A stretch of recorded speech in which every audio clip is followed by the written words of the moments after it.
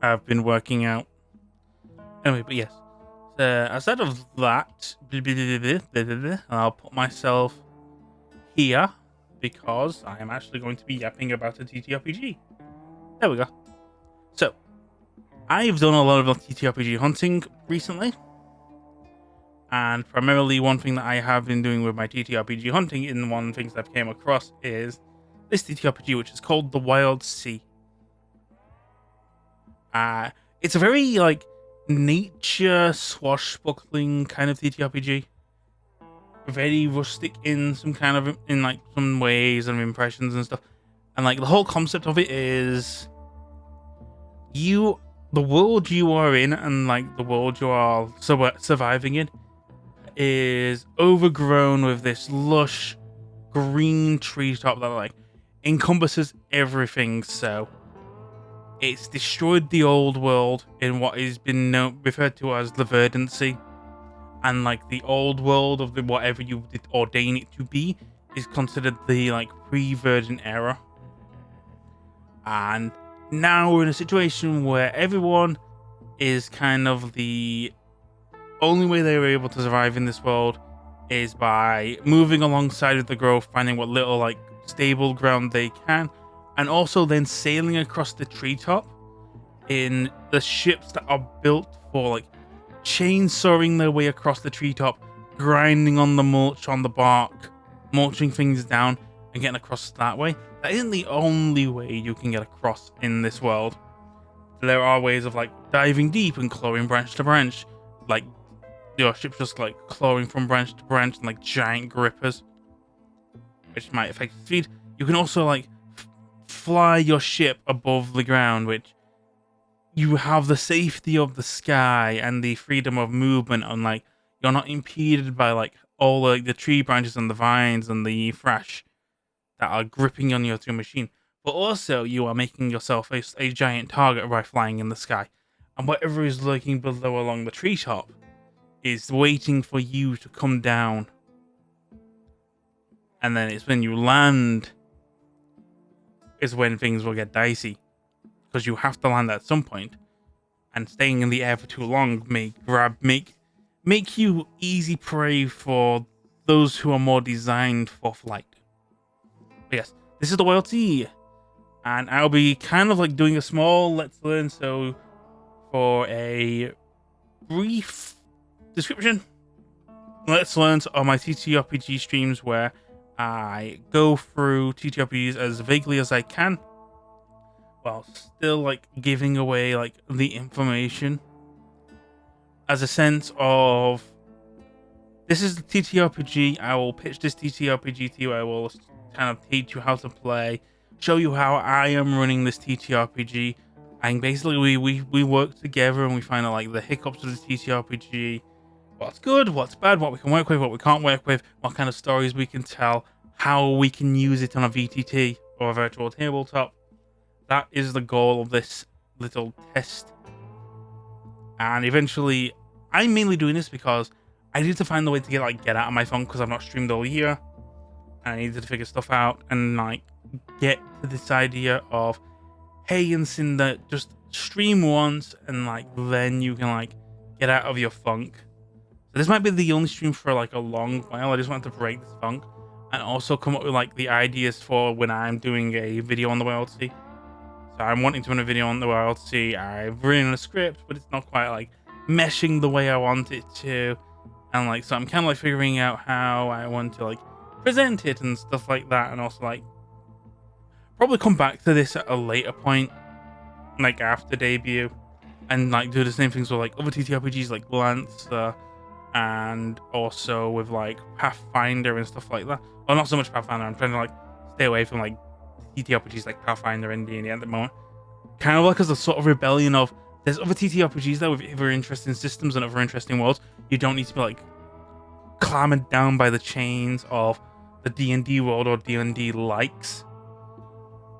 There are other worlds and other systems out there that you can go out and explore. If you are wanting the box standard like fantasy D&D experience, then obviously that's when you would be suggested D&D by me, but not by me per se. Like I know very much like teach people D&D and show people D&D and like look through all of like the new stuff like for D&D and Pathfinder. It's probably like the easy mode, and I don't want to find myself taking like the easy path, because I kind of like have been feeling like, one, that's way too saturated, and two, it's way too cheap for my personal values. So I kind of want like, I want to show people that there are more TTRPGs out there. There's more in the world. You don't just have to eat salt or lick salt rocks. There's good food here. There's spice here. Like, for example, with this TTRPG, there's a lot of spice here. There's a lot you can work with. So again, like we go through like the brief overview of the game, like the setting. It plays around with like it's 300 years from when the incident happened that's caused this like fast growing greenery to encompass the world and like completely take over the world. So like trees all over the place. There's not a place in the world where you don't have treetops. And like the people who have survived have kind of been like the rugged rural people who weren't already won in a situation where it didn't impact them to the point they had to like flee to survive. So like these aren't like the city folk who this all happens and like crushes buildings, whatever the old world was like. It doesn't have to be like a replication of like your old like human world, so it can't be like modern day.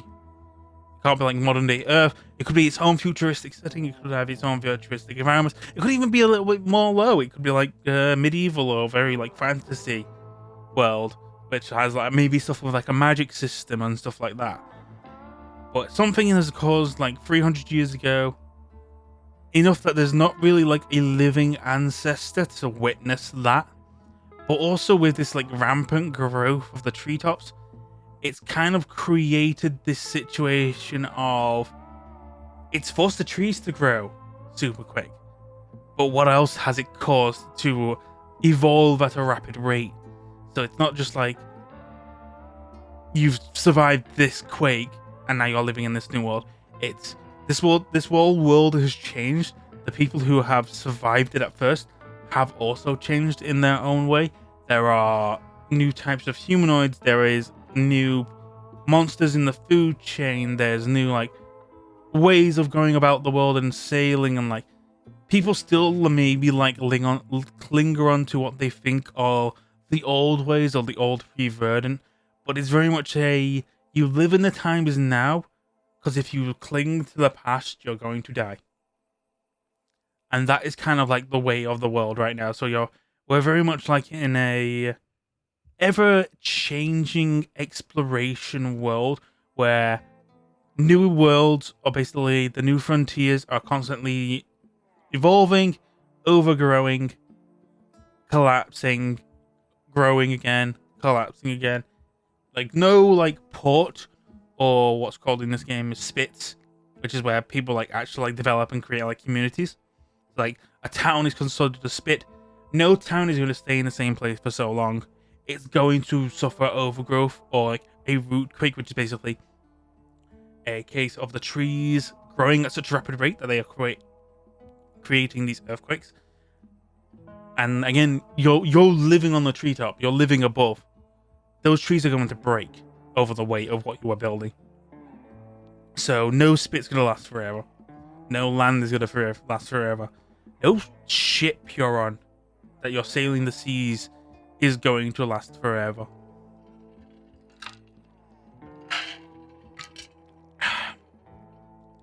Yep, I just got a bit of ice in my mouth. Give me a second.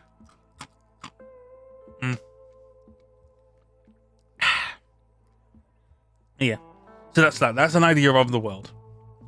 System is very simple. It uses simple D6s. At most, you're going to be rolling like 1 to 6 D6s. 6 at most. If you don't have anything in like your attributes or skills, you're going to be rolling at least 1. And you are rolling these D6s against checks that are referred to as tracks, which I'll go into a bit more detail later, but you can best think of tracks as bumps in the road, or like the path you're taking, or like the path to something. And you can create as many paths as you want. They line on top of each other, and you go about. And again, it's also very like a resource collecting, like scavenging kind of game as well. Because while you're sailing across the treetop, it's not like being out in the open sea.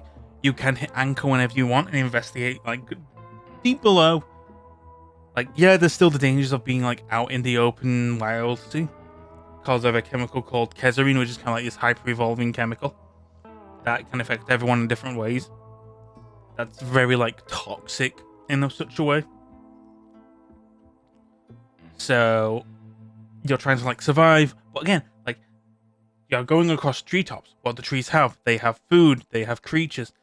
So you can go and hunt. You can go and like harvest. That's something you can do whenever you just drop anchor. So there's no situation of like we are sailing and we have this massive like water shortage. It's a we're sailing, we're running low on water, or we're running low on chemicals, or we're running low on fuel, and we need to like just hit anchor, go down, grab some fruit, squeeze them so we have like some form of like water source. Maybe use the rest of the fruit if it's safe as like a food source for cooking. So everything is usable. Everything is like necessary. Nothing gets wasted. So I could say this like it's a very I wouldn't call it eco-friendly TTRPG or an eco-friendly world you're in, because the world you're in is incredibly hostile to you. And like, if you were to like go out in the WildSea without the preparations of like your chainsaw ship, or like without a good crew, you're going to die very quickly. So you need to like be tight-knit with your crew, have game plans, chart your courses safely, have people who know what they're looking for when they're sailing, so they don't like crash you into the thick bark that's going to jam your chainsaw. You need to like have a plan, and that's how you will play the game. You'll go about, you'll sail your ship, you'll work alongside your crew of either players or NPCs, and you're going to go out there, you're going to explore different like ports, different worlds, like different regions. There's so much in this game that like you can create yourself. So the TTRPG itself is, I refer to it more as it's building blocks, not a world. So you are given the building blocks to build your WildSea. So we play along the core concept, which is again, you're at the treetops of the sea. So you're sailing across the treetops. We know that treetops are not the most stable basis. So you're gonna like be careful of like, hey, you're bringing your ship along this treetop. If you crash down, you're gonna enter below. And in fact, you keep falling, and gravity is gonna keep pulling your ship down. You're gonna run into like the creatures, the plant growth, the fauna, and the chemical that corrupts called kezarine. And obviously, now you're in this like world of like an ever abundant of resources, but a case of like everything is bartered. Everything in this economy or in this new world is barter based. Everything can have a use. It might be not a use for you, but it can be a use for someone else. And it's your way of trading what you have with other crews and other people to figure out like to get what you want. And this can be anything. Like you could stop by a ship on the sea and not only trade like food or scrap or bits of wood that you've chopped off to like repair ship sides. You can trade words. You can trade food. You can trade map coordinates so you can see where they've sailed and like chart their courses. You trade routes, you trade courses. You help other ships out and they'll help you. And that's how the way of the WildSea is. So it's a group effort in the world. And you've got to also be careful with certain other things. So like it says right here, open flames are taboo now in this world, because again, you light a flame in a forest and that catches fire and you have a wildfire, the whole world is just going to burn. because, and it gives an example of a occurrence of this that you can add to your world in the north of the WildSea. There is a place where a fire has gone out, and it has been so uncontrollable that it has basically become a region unto itself, because it's burning so fast, but also the the land around it is regrowing just as quick. That the area in the north, known as the conflagration, is in this ever-flowing state of burning and regrowth. So the north is now just an inferno, where it's just ever burning, and you get to the point of going up there, like, you'll get to the point where, like, maybe people start worshipping that fire. Maybe they want to do that to other locations. Maybe they want to burn the whole world to the ground. And you have, like, this idea of, like, an apocalypse cult that's just going around pyromaniacs burning stuff. That's something that you could add to Will. Is one of the ideas that I've got for, like, an alternate faction of sorts. But yeah. They go on Ingen, Rustic World. Open mind. Like, nothing in nature is going to be as you see it and as your players see it. Even, like, as a GM, it might not be confirmed. I treat this as a way of discuss with your players what they want the world to be, in a sense. So you can talk to them and say, hey, we're going to this location.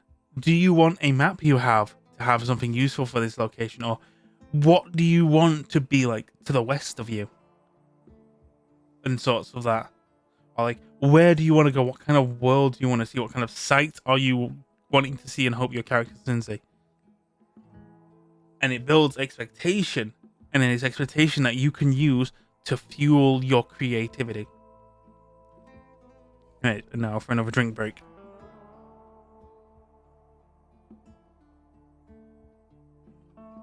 There we go.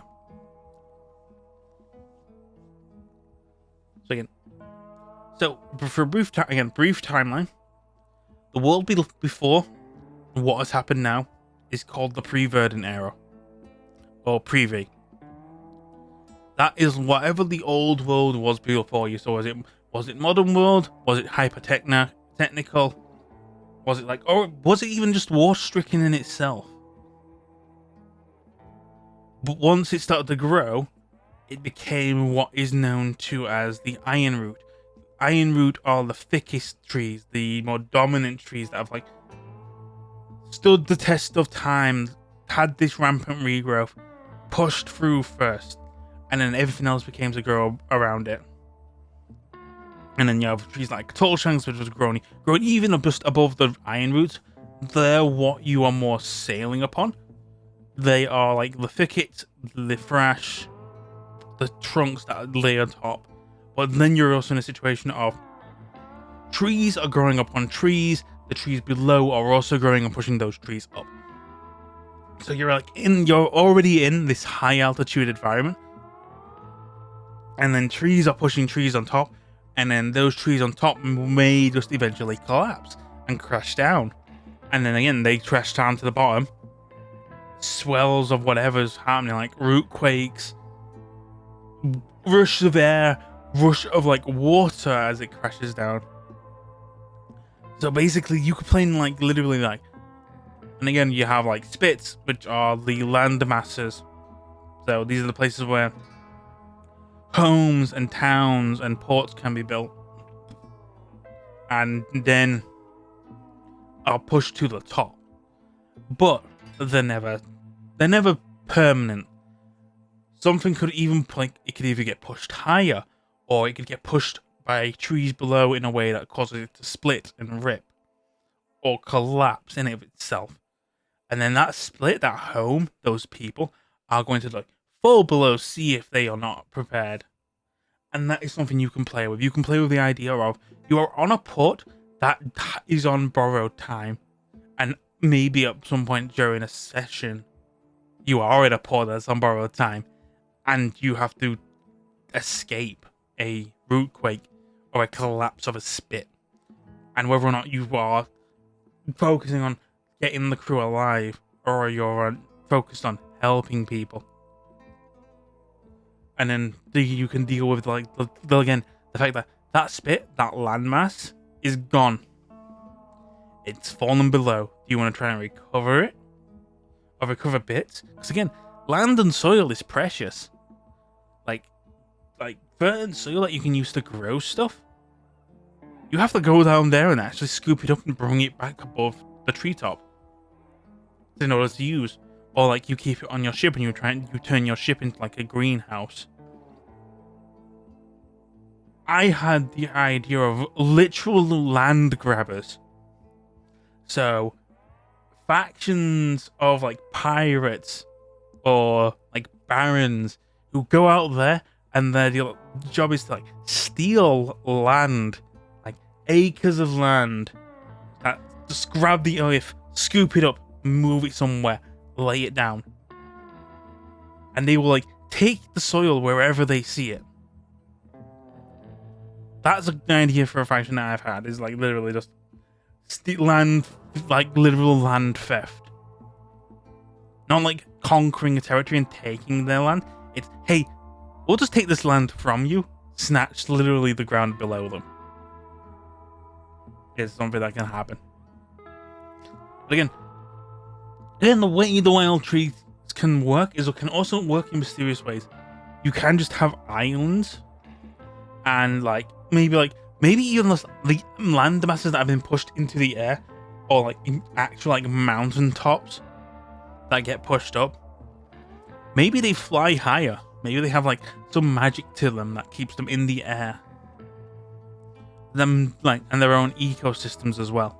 And like even like those islands on the treetop can just sail above the treetop, getting pushed by the trees. You could literally have just a moving island. And then obviously the trees are going to break. You might have rifts or reefs. So reefs are basically collections of junk. So like the treetops in the WildSea could just push like clumps of metal and scrap to that the treetops themselves doesn't need, and just like clump them together and like almost like a magnetic field. So then you have like reefs of scrap that are right there for the taking. And then if you see them first, then you've got a lot of scrap to try and haul. But there might be someone who gets there first.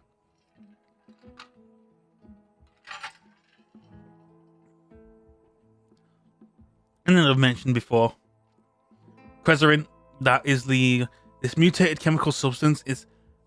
I like to think of it as it's a sap that's like a hyper mutated chemical. No one knows where it really came from. It's just something like some like iron roots seep now.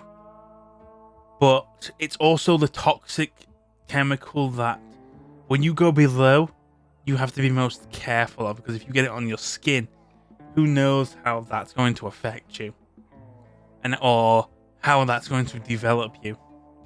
Now, alchemists love Crezerin because of the unexpected results of what can happen when you play around with this like elixir of sort. It's kind of like just a miracle drug, but it's also a miracle drug that is a curse as well, if you are unprepared for what you are doing. But it's also the chemical you have to be careful that gets on you, and immediately, like, if it gets on you and you're below, or you're what's basically called wave walking, which is traveling across the WildSea either by boat or by foot, because that's something you can still do. You can still like Tarzan your way across the WildSea. Dangerous all hell because of the like exposure of like the Crezerin, the dangers of the creatures, the dangers of spores. So like if you were to travel the WildSea on foot, you would have to be 100% prepared. And then even then, if you walk across the WildSea or across the Thrash, you will most likely come out of it a changed man. In more ways than one. And we'll explain that with like some of like the bloodlines or races in the game. But again, so the sea does have layers. So you have the skies, which are already high altitude as it is, because of the fact that basically you're not at ground level anymore, you're well above ground. So it's already hard enough to breathe as is. So you have the skies, so you can fly around, the birds are there. Once that's done, like the tree line of the trees is like, that's basically treated like how the sea is called the fresh. And it is basically just iron roots, creating things in such a way that you could sail your boat across with little effort. Like, you will like run into issues of like, if you don't like get onto like the most stable base, you're gonna drop below. But then if you do drop below, you're in what's called the tangle. And the tangle is basically the thicker parts, the thicker branches, the parts where it's more difficult to like, rather than sailing across like a treetop, like it is open water, you're more navigating trunk to trunk and gradually navigating your way. So it is a lot slower to travel in the tangle. And also there's the higher risk of your ships getting like trapped, or you having to cut or hack your way past certain obstacles. But traveling the tangle, it keeps you below the fresh line, meaning if there's anything above the fresh line, they can't see you. So it can have a tactical advantage. It can be smart to travel kind of like a submarine, just under the level, into the fresh. Maybe you take advantage of like, maybe there's airflow, like a tundra underneath the fresh, that you can like hook your ships on and like ride that little like wave of air past them between the trunks, avoiding to crash. But it gets you there maybe faster.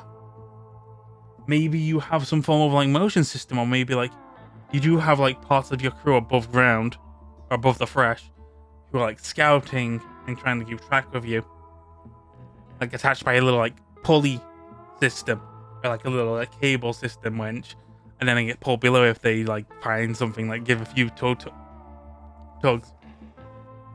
So you have stuff like that. So there's the tangle. So most of the time you're probably going to be spending your time in the fresh and in the tangle, whether or not you want to be in the tangle or not, because there are advantages and disadvantages. Because wildlife will also be more prevalent in the tangle than it would be in like the fresh. Go below the tangle though, and you're in the sink. So this might be like, there's a little like tangle to go through there. You're definitely like more into like the tree trunks and stuff.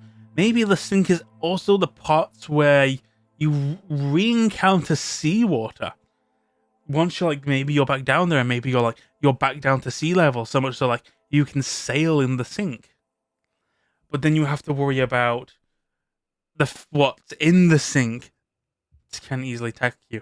And also you're not quite like, your ships aren't quite built to actually sail on water. So there's going to be hazards to like, you want to ride a chainsaw ship above water. One, is it going to stay on water? Or is it going to dive you down deeper if you're not careful? Or maybe you run into like a giant fish that's going to just gobble you up. Or maybe you have to find those fish and chainsaw your ship onto them, so you have something you can actually sail across easier. So rather than being eaten by a giant trout or giant catfish, you just grind your chainsaw on top of them and control them and ride that fish across the sea until it can take you to a trunk. Maybe the fish is sentient enough to know what's up. Maybe it isn't. But there's definitely going to be things below there in the water that's most likely mixed with Krezerin, with this evolving chemical. Perhaps what's below in the sink is smarter than what's above, thanks to the help of Krezerin. Maybe what was washed away is what's evolved greater. And those like some like narrative hooks you can have. And that's the things you can play around with. And then you go below even deeper. and perhaps your ship is a submarine or a submersible, and you go into the drowned. And now the drowned is where the roots of these ironbark trees are. So it could be a case of like you're going below sea level now. Of like the open ocean that now has these massive trees growing and them feeding off the salt water. If there is even salt water there anymore. And you can like definitely navigate a lot more. You're more navigating the roots of these trees as they feast, rather than grinding past. But obviously, you are deep below. There is no sunlight even touching this place, so it is just darkness. And the only and you feel like you go to like you have the idea of like the fish that like live below where there's no light. That's everything down there now, including you. And you turn on a light, and you just target yourself. And you have to be careful. And then obviously, there's things below the drown that no one has ever experienced. And perhaps no one will ever experience. Because nobody wants to. Because what's below the darkness of the ocean? Not stuff you want to deal with. Like, the stuff in the drown is enough to give people nightmares, and no, they never want to deal with that stuff in their lifetime. So what's the darkness underneath that gonna do to people? And yeah, so those are like the layers of the sea. And then we play around with like the people who have so like actually give me a second for another drink.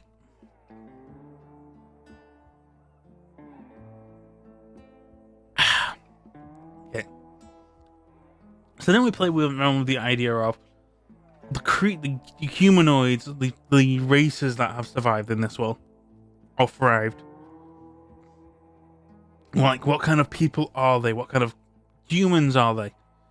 So there's what's referred to as the core four, the four main races that have survived and thrived in this world. They are the more prominent, known, and like the more like united in a sense. But everyone above the treetop is surviving in a way. And everyone has the bright mind of it of those who work together, live together, and eat together, and survive together. So there's the core four. So the four species who do this are the Ardent, who are like your post-humanity humans. So these are your basic humanoids. They can come from many different like cultural backgrounds and like walks of life and stuff like that. But these are just humans. Tough, resilient bastards who have like an actual way of communicating like with spirits of nature and stuff like that. Much so than maybe the other races. So then you have the Ectus, who are these fibrous cactus people who have like come from the Ixurine from the east. Of like these desert worlds where like water is incredibly scarce. And they've built and like they've evolved into like basically walking cactus people. But you don't have to be like cactus people. You can like play an Ectus as basically just like a walking plant or a walking dryad. You will see them most prominently in this book as cactus people. And that's probably the more thematic from their background and their walks of life. We can definitely play it around in different ways. And then you have a similar thing to the Ectus. So like the Ectus, other plant life has grown and evolved in the WildSea, and the Gau are one of them. These are more fungus or fungi humanoids, and how they came to be is a mystery. And you can come up with your own ways. Maybe they had a Last of Us situation that's evolved even greater thanks to the power of Krezerin. But much like the Egotus, they are these biological plants walking mushroom people. I'll go into more detail with them later, but that's basically it. And then you have the Zelakri, who are not so much individuals, they are a walking hive of insects, spiders, whatever. You can have your zealot crew, whatever they are.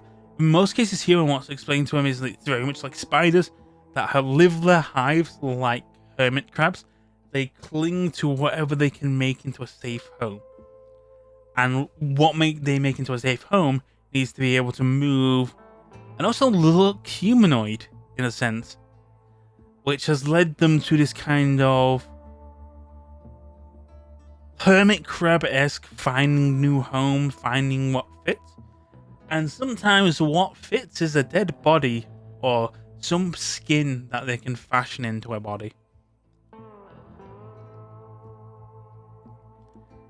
Which is very macabre and all.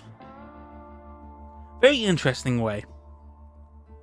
Next up, we then have the Rising Free. So the Rising Free are not like the more, not as prominent as the Core 4, but are also still very prominent in like they're the new up and comers in the world.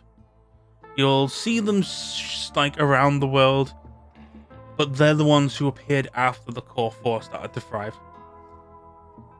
Some for more reasons than others. So you have the Ironbound, who are basically automata made from ships.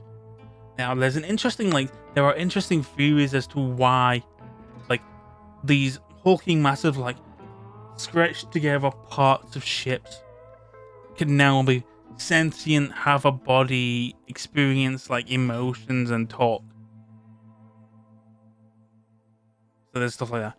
And then you have the Ketra, who are they're very humanoid, but they have, this jellyfish, squid-like features to them. So much so that it's quite rumored that someone thinks that many people believe that the Ketra are just humans who evolved a bit differently. They had a bit more contact with Krezerid. They have their bodies, their faces are tentacles and almost expressionless.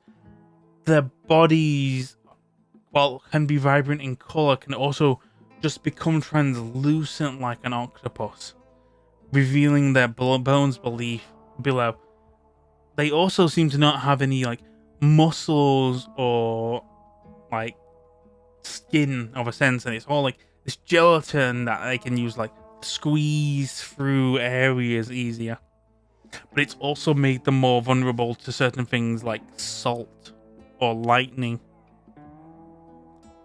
And then lastly, of the Rising Free, we do have the Mothrin. Again, Mothrin are literally your Mothmen. They are insectoid people who live very short lives. They are very fast, very fragile. They wear bright, decorated colors. They live life on the edge. And have kind of that same fleeting philosophy to them. But also they can have a very interesting look on life, especially when they get into their older age. And those are your Core 4 and your Rising Free. Leaving you with the idea of 7 starting races. There are more, and I will probably get into more in future. And there's one more further at the back of the book that I can pop us to and talk about. But that is it for your races. Now, what are you in this sea? You are a wild sailor. A wild sailor. You go out in the waves, you find the ship, you find the crew, and then out there you can do whatever you want to do as a group. So this is definitely something you and your players decide on. What kind of crew are you? Are you a crew that's just there to explore new places, find new peaks, document their journeys? Are you there mainly just to collect salvage? Are you a part of a spit? Are you there to just collect salvage, build your ship, build your reputation, help build homes for people? Are you there to hunt? Are you hunting big game? Or are you there just hunting the little things? Because there are vibrant different worlds, and these different reaches have their own different ecosystem. They have their own different monsters. Some big, like the size of your ship. Others, huge leviathans. kiting across the WildSea. And maybe taking down one of those leviathans is how you will make your legend as a wild sailor. And obviously, if you're hunting pelts, hunting salvage, exploring, you're trading, and you can trade whatever you want. You can trade charters, so you could literally trade the routes you've taken and the stories you've heard. Those are of value, and those are also of value like something called whispers, which are the words or thoughts or ideas that you can trade to people. And they can come about in different ways. Like a whisper, a word, an idea could just become a physical thing that you can trade. Time for another drink.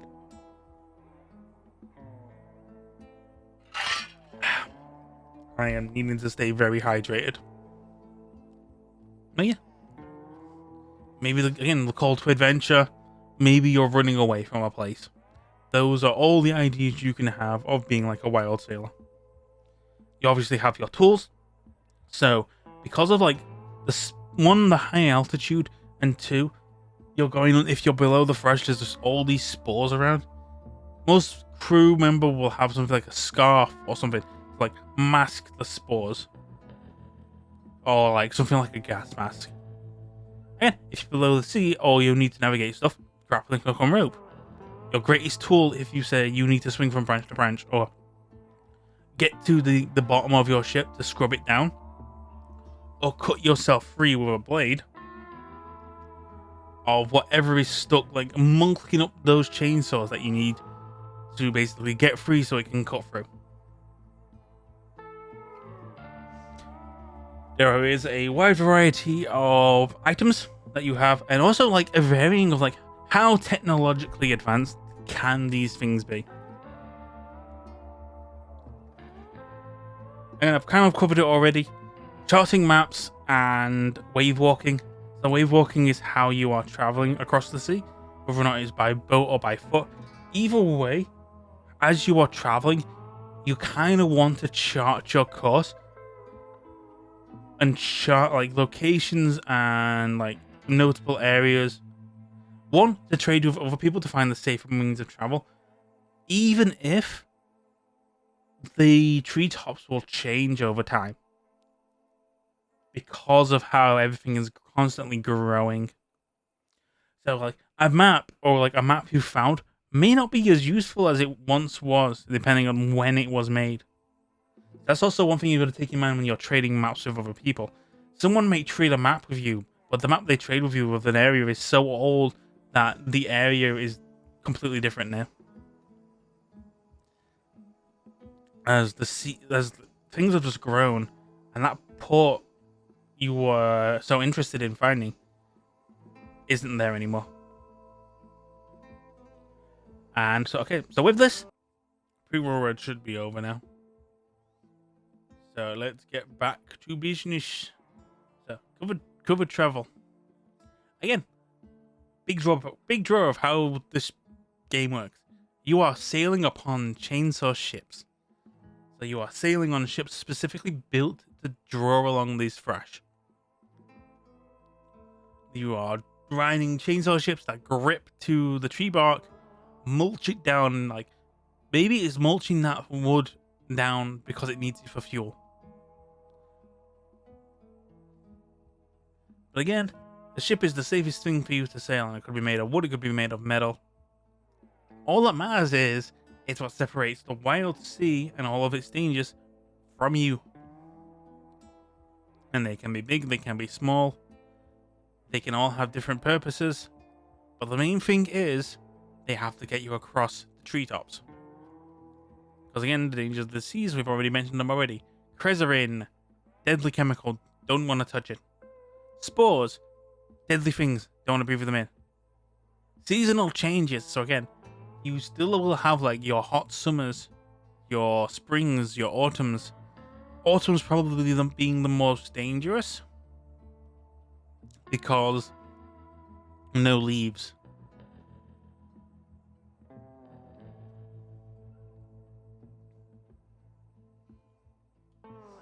Again, and also like the flora and fauna.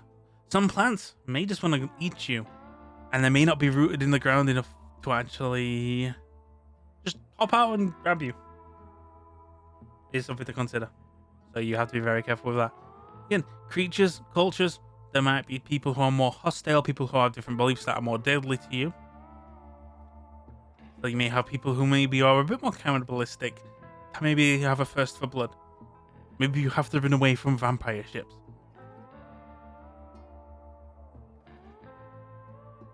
Not everyone is going to be friendly in a WildSea where it's survival. Obviously, traveling along the waves will be a bit more dangerous depending on how you do it. An incompetent sailor can also just take you down, as well as like your own personal baggage, which is called your Myers in this game, can also just spell doom for you. And then lastly, which I've already mentioned, fire. A single spark that's uncontrolled will immediately start spreading and destroying. And it doesn't care which way it goes, and you're not going to fight a fire when the entire forest is on fire. So a lot of people don't actually rely on open flames, or if they do, it's in a very controlled environment. So people tend to like have chemicals that heat things up, or use like bombard bugs, or use fireflies for light, and look for alternative ways that aren't using open flame. Because again, fire, oxygen, fuel, you get fire. And that's going to lead into an inferno that's going to kill everyone. Or destroy the land that you are wanting to farm and cultivate. So again, mentions here, which I've already talked about. Spits, which are basically the land masses or like the ports. There's very split in different ways. So the civilization is out there. People have survived. People have thrived. You wouldn't be sailing on a ship if not for like the ports and the markets. So again, you do have like ports and harbors, which are the more prevalent. So there's places where you can dock, where they repair your ship, where you go about and trade on like the markets and stuff. So they markets that buy exports and stuff. And basically keep the trade flow going so ships are needed. And again, junctions, places to rest, places to sleep. You can't spend entire days on a ship for so long. And then obviously you have your shipyards where ships are being built, repaired, stuff like that. These might not all be in the same place. Like you may like have them scattered across an area, as you can kind of like they cling to whatever little land masses they can. So you might have a port that also has a shipyard, but then further along you might just have a junction that's just literally a place you can stay. Maybe a hotel was pushed to the top, and maybe someone's like running a little like wild sailor's hotel. Or maybe like people just decide we're gonna just hook all of our ships together and then just float along the top and like make a little like marketplace for like conjoined ships, and then just separate those ships when it's all done.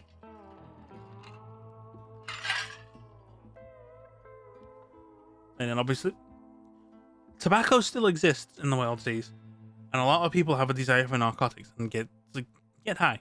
So it has to be doing in a controlled environment though, so that's where smokehouses come in.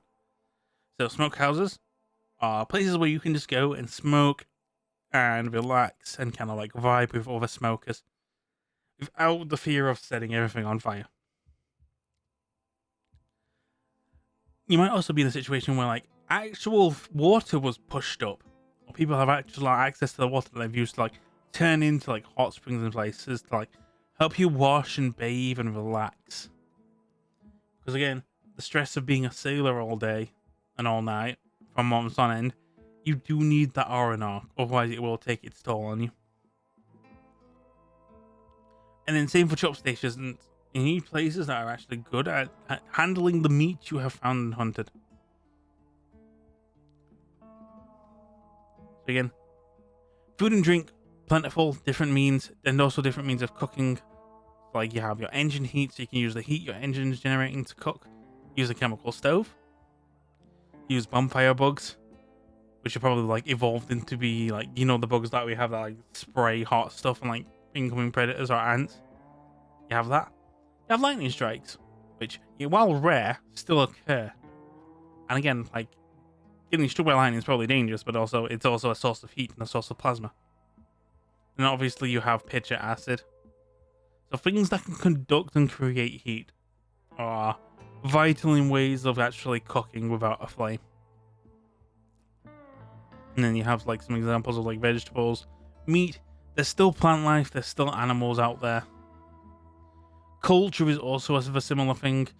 So it can be like very like pirate code stuff, or like different places might have their own laws. Like they have their own laws, they have their own vices, they have their own sports, music, stuff like that. So like maybe you're in a place of like she shanties, you have to get by on like them.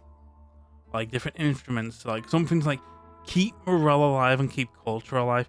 Or you might like have something in the pre-verdant era, just like a CD player or like an iPod and stuff like that. And technology. So again, we never know 100% sure what was in the era before. That is something that can be like decided and basically found in a sense by like the GMs and the players. So it's always up for you to decide what the technological level of stuff is, and also what kind of like technological level was brought over. And this may vary from port to port. Like different pieces of the old world may have been salvageable from like different areas. So it's very like you could go to one area and they were like able to like salvage vehicles like cars or planes and stuff like that, while other places might like they've like IT stations and computers and stuff like that. That can lead to like the further you're traveling, the more interesting stuff you may see. Like it gives examples of people as like punch cards might work. It's like spring locks or spring work 6 ships might work. Clock towers or timekeeping might be working. You might have like magnetic powered or solar powered stuff. So it all varies. It all varies like what they have, what they've salvaged, what they've been able to like reverse engineer as well. You could literally have a place where you're sailing across the sea and you see a giant mech or a Gundam. And go, oh shit, that's like a thing from the pre-verdant era. It's a Gundam. And then like Gundam's gonna attack you, and that's a thing for a story. Like old world technology is still there. It can still be salvaged. It's still a priority to be salvaged by some places. Because and then that can be used to build new things. So there's a lot of interesting ideas. Like this example of here, this guy having like this Tesla coil electric powered sword. It could be lazy, like an interpretation of old world technology, basically jerry-rigged to suit the new needs. And then there's still spirituality. There may be a situation where like communing with the dead, getting like there may be gods. That's one thing you can consider is like, are there gods in your world? Are they being worshipped? Are they dead gods?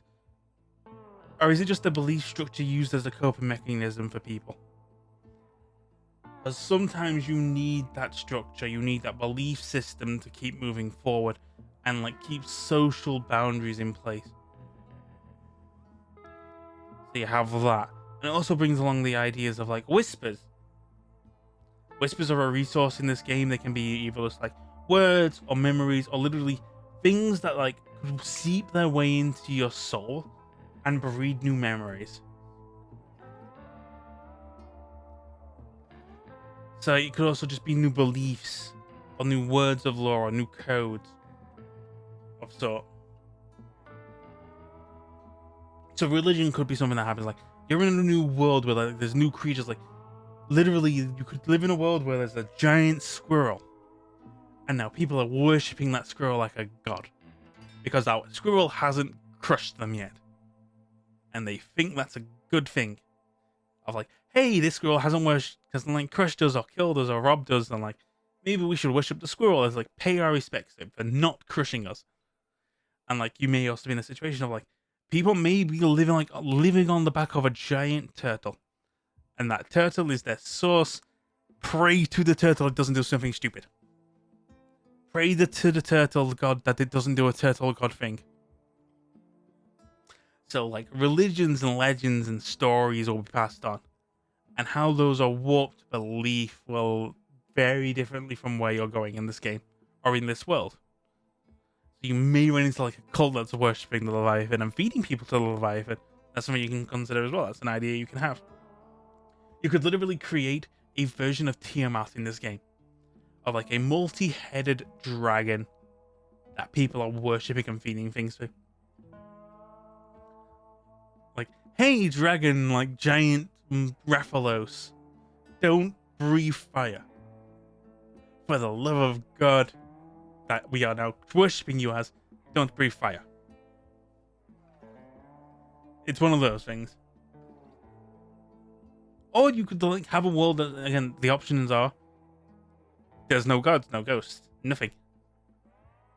Maybe you let the people who have survived from the pre-Verdant era no longer worship gods.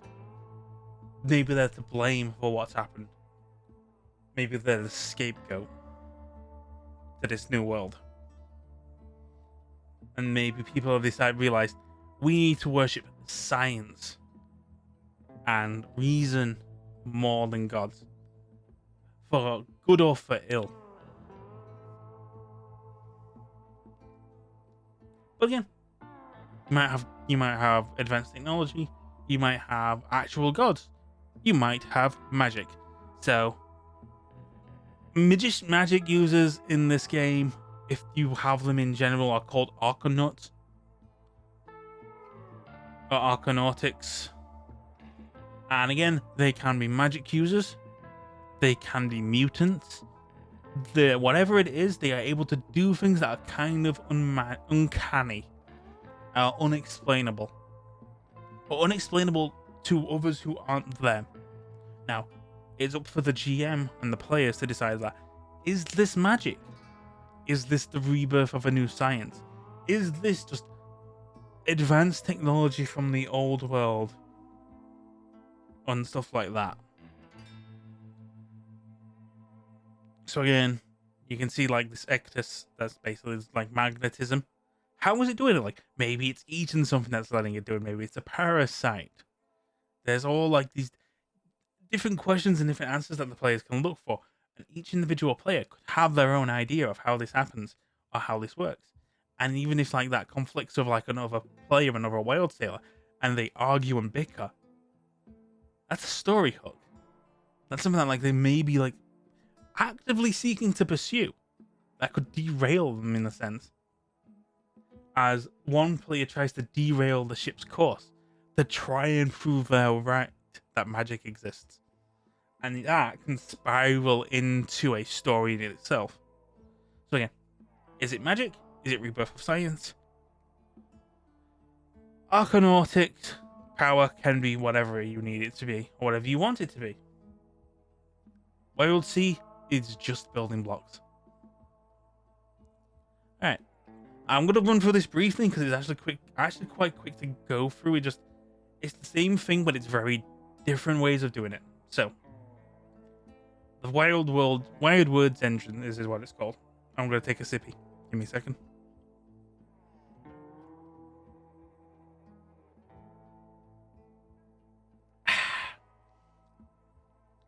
Alright. So all we use D6s. We roll a number of D6s based on what we are needing for the check, based on our attributes and skills. And like whatever advantages we have. So, the GM, often called the Firefly, but I will continue to refer to them as the Game Master. The Adjudicator, the Negotiator of the rule set. Now, the game does have different means of play and different like ways of like interpreting the rules and going about things, which are quite interesting. You can kind of like pick and choose what you want to use and what you don't want to use. I may go through like the idea of like what I've been using as a GM, because I have run 2 one-shots of WildSeas, and I've kind of been like, they've not been like separate one-shots, they've been like one-shots that bleed into one another with one large crew that I'll probably go into more detail with later. So all you need are sets of dice. You have your character sheet, which is, for just quick reference, you'll have like your background, your edges, which are basically your attributes. You have your skill set. You have your languages, which are basically your languages are a offshoot of your skill set. So think of them as like slang, basically language skills. Aspects are basically traits of your character that you select and will basically have things that basically they will have markers and tracks that kind of attribute to your health, but they're more of the health to that specific aspect. Then you will have like resources, which are your items, milestones, which are basically your major milestone, which is basically your major progression, and then you have your minor progression. Your drives, which are kind of like your long-term goals for your player. So your drives could lead to your major milestones, or they could not. They could just be their own things. They could be things that drive your character to act in certain ways. And then you have your Mayas, which are basically your negative quirks that set your character back or drag them down. This could be bad habits. This could be physical curses. This could be something physical with your character that it happens. And then obviously we have temporary tracks. So say something very special happens to your character, like they contract a disease, that will probably have its own track that you will have to work through. And then obviously you have your crew sheet, which is your sheet for your ship. We will cover that later. But again, one thing you for the WildSeas is you build your ship from scratch, and there are a lot of options for you to how you build your ship and how you get the resources and how you go about getting those resources. That's really fun, and I really like it. But we will get to that later. So, structures. Very simple structure for the WildSeas. It's split into like scenes and montages, which are basically downtime, and also course charting. And you use this time as kind of like a back and forth between the GM and player, where you're asking questions back and forth, and basically you're kind of like agreeing on what is going to happen and what is going to play out. Maybe it needs a roll, maybe it doesn't, maybe your crew are just going to talk to one another while the GM scrambles to create assets. It's all there.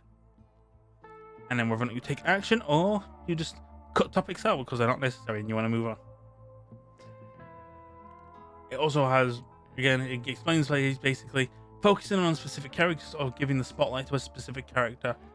It can shift from time to time depending on which character you're wanting to focus on, or if someone raises their hand and says, hey, can I snatch the spotlight because I want to do something? Or can we change the scene to me because I want something to happen? That can be something everyone agrees on. And again, that's just basic like narrative RP stuff. So again, you have your hooks, which are the main story hooks to your shit, maybe for your session. Let the players choose what they want to do. Or like if they're in the middle of something, if they've already got themselves in something deep, that's probably going to be the hook. But if they haven't figured out a hook yet, let them decide what they want to do. Show them a map. Show them like, hey, you have all of these charts. Do you want one of like these charts? You have to mean something of sorts. Or like, let people like say like, hey, I have this map. I want to say that this map I have is for something nearby that we can investigate. And then you go, okay, so it's a map of something. It's going to be like somewhere around or like a day or two's travel away. What do you want to find? What ideas do you have to find? What kind of map is it? Oh, well, it's this like sticky little like honey map of a location that maybe has some bees. So you go, yay, bees. Let's go find you some bees then. What are you expecting to find bees there? Are you expecting to find a hive there? Are you expecting to find the queen? You can go about like explaining into more detail of what the players want to find. And then they can go there, and then you can play out the adventure. You can play out the travel to the destination, what they're going to find, what they're going to encounter, what's going to mess them up.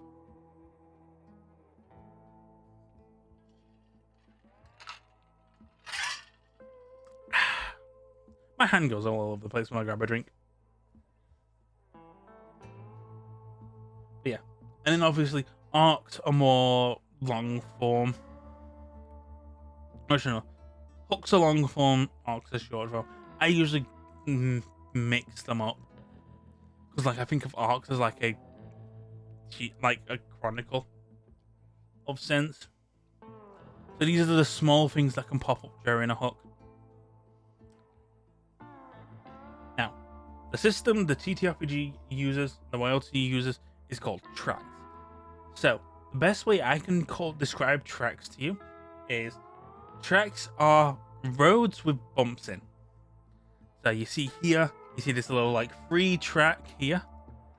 Think of that as like a straight road, but there's 3 bumps in that are going to either need a check or need something to happen for it to continue. Or you can have a track that is literally just the passage of time and kind of be treated like clocks in a sense, for those familiar with Powered by the Apocalypse or narrative clocks. So what you go about with tracks is you will have a track that is a number of tracks to them, and then you will be making checks to either cross these out as to work along them towards a specific goal, which to be honest you may like have the like, hey, this is this track, this is the end goal of the track. Once you fill it out, you'll explain that to the players. You won't keep these hidden unless it's something that you need to keep hidden. But then you work through them. So like usually it will take a cruise action roll to mark it. Could be the partial of time, could be the result of a dice either from you or the GN. It could just be made from a simple decision the character's making. Either way, you want to fill these tracks up, or you want to avoid them if it's a consequence at the end. So you're working through them. Now, tracks can go back and forth. You can lose progress on a track. But if you want to guarantee that you don't lose things on a track, you can burn. And a burn is basically a special kind of mark that 100% cannot be cleared unless you spend considerable effort. So burns can happen to players, especially if they take very critical injuries, and it'll take a lot more effort for them to get that away. So one thing with tracks, also hi Bitten, welcome to the channel. So as you're working through these, and you're working through these tracks, if you really want to create an impact, you can try and like burn it, so that way it's done and it means it can't be like rectified. And one way you can do this is by calling that you're going to roll for impact. So rolling for impact is basically a special way of rolling, and I'll explain later when we get to like dice rolling, skill checks, and cutting dice. But if you impact a roll, and then usually you can impact to actually like deal more damage, or basically like you can either burn a box or mark all the boxes if you want to, like depending on the impact you're wanting to make, or just you make a bigger impact on the track. So it could be like marking 2, marking all of them. It very much depends. In other cases, tracks may also have breaks in them. So you can see, for example, here you have this 2 track that breaks into a 3 track that breaks into a 1 track. That's kind of like an explanation of the narrative flow of a track, of a scene. So once you hit a break is a permanent pause or a permanent change in the scene or in the situation. So say you've worked through like this one that's given an example, the Run Begins. That's the indication of something about to happen. You're working either against it or with it as passage of time. But then once that happens, you break. Something big happens. You're now dealing with that new problem. Which in this case it says, and now a proper root quake. So you are now in the middle of an earthquake. Or in the middle of a root quake. You know, doing checks to survive and make sure your ship doesn't take too much damage until that settles. And then the final break is it settling. And that's how breaks works. Breaks are changes in the scene or changes in circumstance. Sometimes the players can be made aware of them. Sometimes they can't be. It all varies.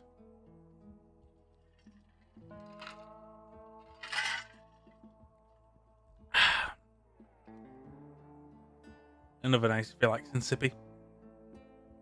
Just give me a second, I just need to mute my mic.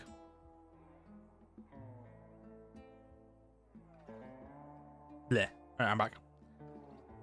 But yeah, so that's tracks. Tracks are the things that the GM will use most. It's like track scenes, track checks, and basically give the players the tasks that they need to fulfill. And they fulfill these with actions. So when a player is performing an action, they're performing a role. It can be anything. It can be anything that they describe, so long as they can word it right. And in doing so, you build up your dice pool. And you build up the dice pool with your edge. So the edge is your attribute. Easiest way of explaining it. It's like so your strength, your dex. But in like in terms of the WildSea, it's the emotion you're bringing to the scene, or you're bringing to your action. You follow that up with a skill or language, which are more of like your talent or your expertise in something. So you add dice to them. You can add up to 3 dice because you can have up to 3 points in a skill. So you put your edge, you put your skill, you have a pull of dice. Do you have anything that gives you an advantage? If you have one thing that gives you an advantage, you get 1 extra dice. If you have 2 things that give you an advantage, you get 2 extra dice. This could be something like someone helping you, or a piece of equipment you want to add to the roll. So once you have all that together, the most you can have is in a roll is 6.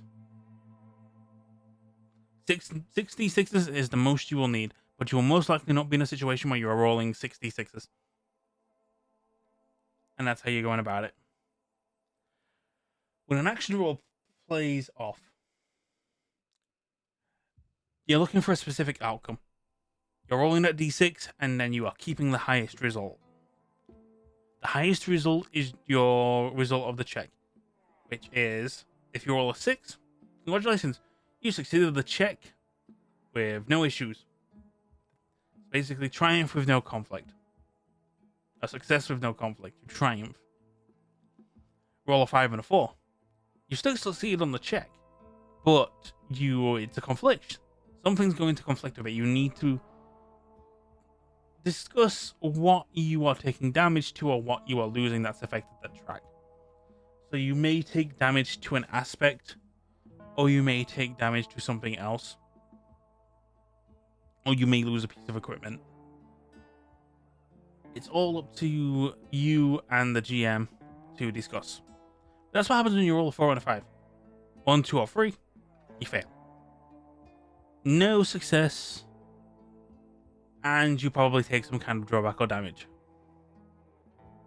which you can discuss with your GM. But that's it. That's all basically the end result of your dice, depending on what the highest roll is. Say you get doubles though. Doesn't matter what the result is, doubles are a twist. You get to choose what the twist is. It can be anything within reason. And you can discuss with your GM what is like the most valuable, what is the most believable twist that could happen. Could be something that it can always be just something that works in your advantage, that you don't have to worry. So it can be, even if you fail, a twist could negate some of the damage away, or give you like a silver lining that can kind of like give you an advantage in that situation.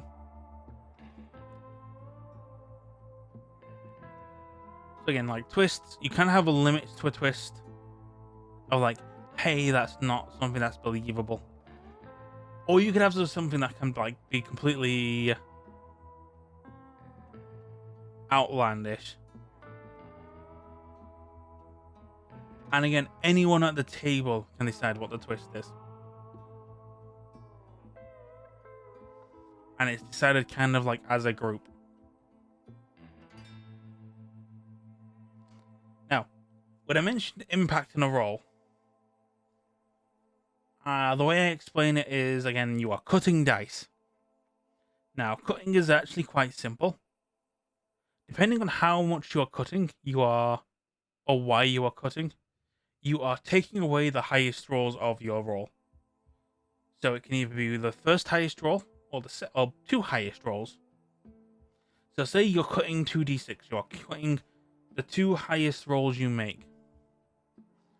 So give me a second. I will actually show you a perfect example by going to the table. Give me a second. I need to refire this up.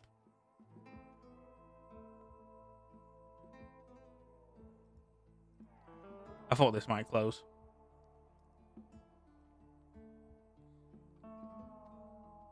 And like I bob and weave over here.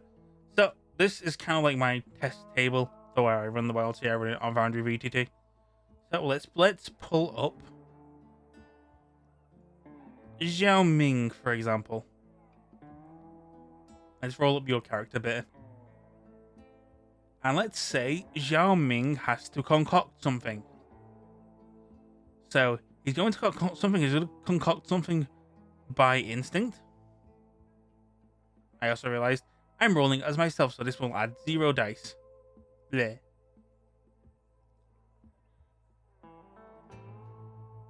Give me a second, I need to figure out. The game has always been weird with this, like rolling as a GM. I know what I can do. I can pretend to be like a player for a minute. Give me a second. Not user management. Go back. Got like fuck. Go back and return to setup. Return to back to join screen. I know I can fix this. I can fix this by becoming the bitten. I won't have GM access, so I'll have to go back. But I'll use this just to explain the role. It's finicky, but it's alright. Same players. Xiao Ming. Xiao Ming has to make a concoct roll. He has to decide what edge he's going to use. He's going to use sharps. And I'm going to say he's going to cut 2 dice. To really put some impact on this roll. So he's rolling 4 total. Technically, 2 of these 4 dice are all that's going to matter. And then we roll. So, he cut. And as you can see here, the 2 dice that were cut from this 4, 5, 5, and 6 were a 5 and a 6. So he lost the highest 6, that would have meant a success. He also lost a 5, but he still had a 5. So the end result is a 5, so the end result is a conflict success. Now, because the 5 also got cut, he missed out on a twist. So say we had only cut 1 and he'd lost 6, we would have rolled a conflict with a twist. And that would have been the end result of the roll. Okay. And now let's go back up. So that is cutting. Cutting is taking away your highest of the rolls, which obviously limits your chances of successes, especially in a game where 6s are vital. Because even if you roll in a 4 or a 5, if you succeed with consequence. Now, you can actually have things in the game that turn conflicts into triumphs, and the rules of those aspects of those traits will specifically say conflicts using these specific roles are triumphs.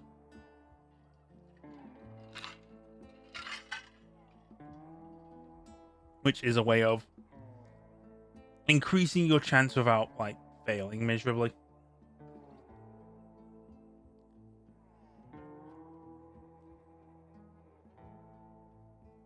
So that's cutting. And again, you cut if you want to make a bigger impact or if an impact is being made against you.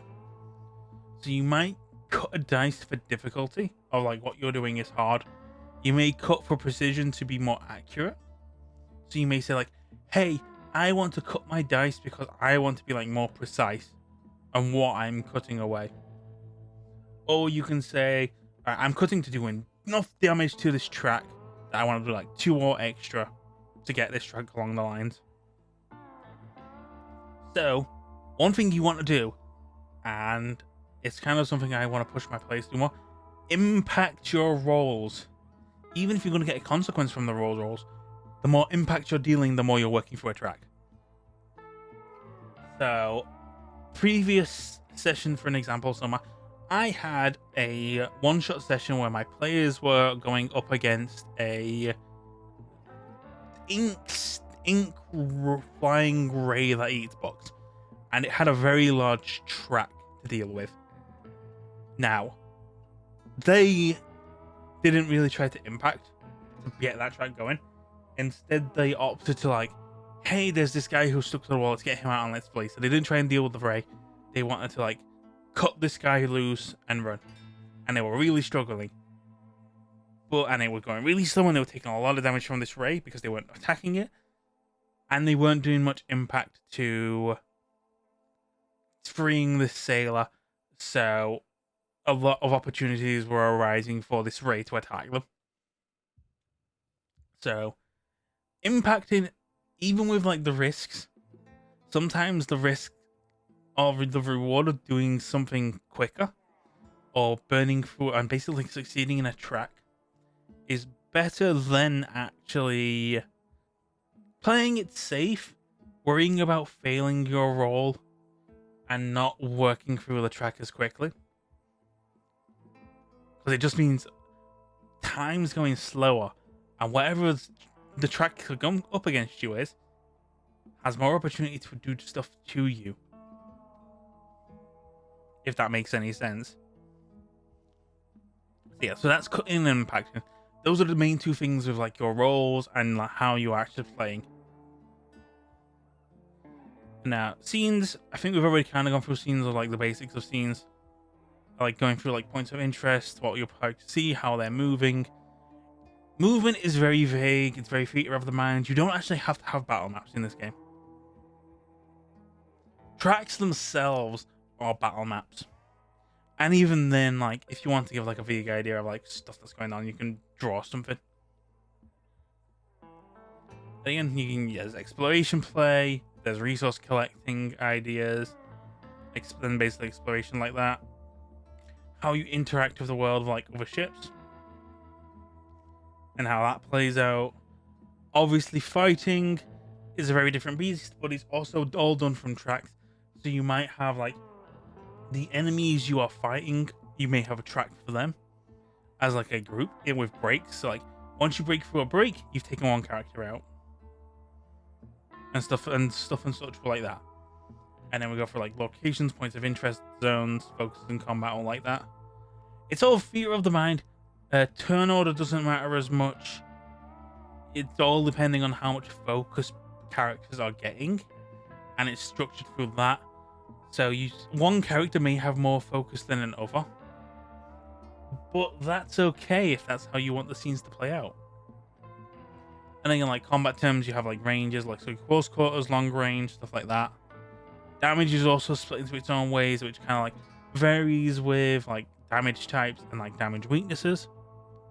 And also the types of things you're doing is like, if you're wanting to cut away at like some vines, you're not going to use a piercing attack against it. And then obviously like positions, injuries and stuff like that.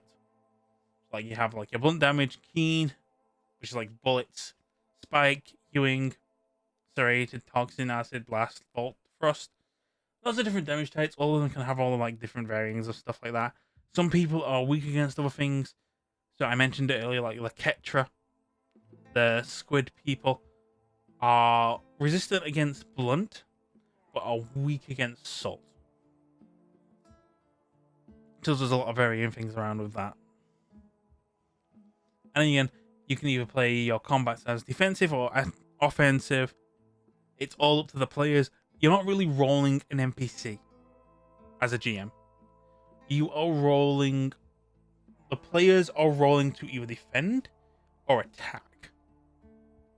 And you play that based on their actions and what's going on in the scene. Now, death. It's gonna happen. But it's not as likely as you think. So, wild sailors are actually quite sturdy in this game. Depending on the wild sail you make and how many aspects they have, they can be quite, like, hard to kill. And even then, you don't really want to kill a player. If a player doesn't want to die, they can cling to life however they want. and it's really determining of, is it a good end for your character? It's like, say you're fighting a giant kraken, your character's got nothing else to give, but they're not quite unconscious yet. Do they want to dive into the more of that and let everyone else escape? Those are the things that you play in mind when playing with death. Now, montages, basically downtime actions and stuff of the sort. Like what projects your characters want to work on, what things your characters want to work on and like get through, like shipbuilding, extra tasks, healing, the sort. I will kind of like skim through this. So there's like scavenging, hunting, what you're acquiring. There's roles for that. You would want to heal, you want to recover. There's a role for that. Depending on like what you're doing to heal, will depend on what you're healing. So say you're actually being tended to with medical supplies, you can heal 2 tracks on like physical stuff, or you're fixing a piece of equipment you broke. For example, I have a player in one of my one-shots who lost their sword. So they are having to repair or search for the scrap to find the new sword. And they won't find the sword they're looking for until they fully heal that track. And there's lots of other opportunities. Again, say your player wants to make a piece of equipment, or they want to create something or cook something. It will require like 2 specimens of like food stuff, or 2 resources, or 2 stuff like that. And then there's like cases like, what long time projects do players want to make? What kind of things they want to work towards? I have the long-term project for my players is they have the idea of they want a specific ship to build. Most of my players want to build a ship that is bee powered. So I've made a big project for them that is going to be, hey, one, you don't have a ship yet, but when you do get that ship, your main project is going to be, how do you get the bees? How do you get the bee engine? Because you can have a ship that is bee powered in this game. That kind of like runs on honey. And uses honey as fuel. And uses honey as weapons. And a lot of fun ways of using honey and bees. Shoot the bees at enemy ships. Kind of deal. But it's a project they're going to have to work on. They're going to have to figure out how they're going to go about it, how they're going to get the resources, who are they going to deal with to get that, get the bees. Are they going to literally follow the bee trail on the map? Like someone talks about, oh, I encountered some bees out in the wild. They're going to go fucking there, get the bees. Or maybe they go and trade. They go look for like the humble bee farmer. Or maybe they find the ship that has its own bee engine and they hijack that ship. Those are the options my players can make for their project. And projects take time. They take montages, lots of time, but basically we don't spend like fully narrate. It can be done on like a Discord and such, but it's there. And again, how you're traveling in the WildSea, the journeys you're going on, you can navigate and chart your course. And as you're going through it, the things you're encountering might not affect your players, but they will cause wear and tear on your ship. And those are things that they've got to consider as like they're rolling, and like what role in the ship they're playing as they are going along. What stations are they taking? What journey or route they are taking? How risky is it they're taking? So I had the idea of, if I will reopen my map to show you, I have a course charter that I made. And so how this works is I put little things on the map. So this is one from the one shot I was playing. I was running the one-armed scissors scenario book. As I was going along here, I let my players chart their course and decide how they are moving along and finding stuff. But I have it here on like this little like 20 by 20 grid for them to plot their journey and actually mark stuff down. Now, one thing I've made very much aware of my players is they need to mark stuff down. Because if they're not marking stuff down, I'm not going to do it for them. And if they lose track on where they're going, or lose track on where they've been, then they're fucked. And I will strand them at sea. But I have given them ways of going about it. So I have made literally like map charters for them in their journal entry for them to mark and go through. And even then, they can use their own charts and stuff like that to figure out their courses. And that's kind of like how we go along with like stuff like charting your course, marking your progress. Each player can play a role on the ship, not just by be like the classes they are, but also like the role they're playing and like the jobs they want to do on the ships. Like, do they want to man the engines? Do they want to sit in a crow's nest and chart the course? Do they want to be the navigator? Which player wants to be the captain of that ship for that journey? And like, who's on watch and what did they discover? Who's making the engines and making sure that they stay running? What are people encountering while you're going along on the WildSea? Because again, think of it as just traveling and then random encounters that can happen. And then deciding what those random encounters can be. And then once we get to here, we have basically some suggestions of like character background stuff. Like again, what edges are and stuff like that. But you know what? I think I'm going to save this part for another time and another potential stream. Because while I was planning on only streaming for an hour, I've almost gone for 2 hours. Hey, thanks for watching. If you've enjoyed this kind of content, I will be planning on streaming more WildSeas in the future, as well as continuing my Let's Learn series for WildSeas with a part 2. It should be coming up at some point during the future. This is kind of like the testing bed of whether or not I want to go back into this kind of content. If this is the kind of content people are liking, then I will continue it. And that's pretty much it.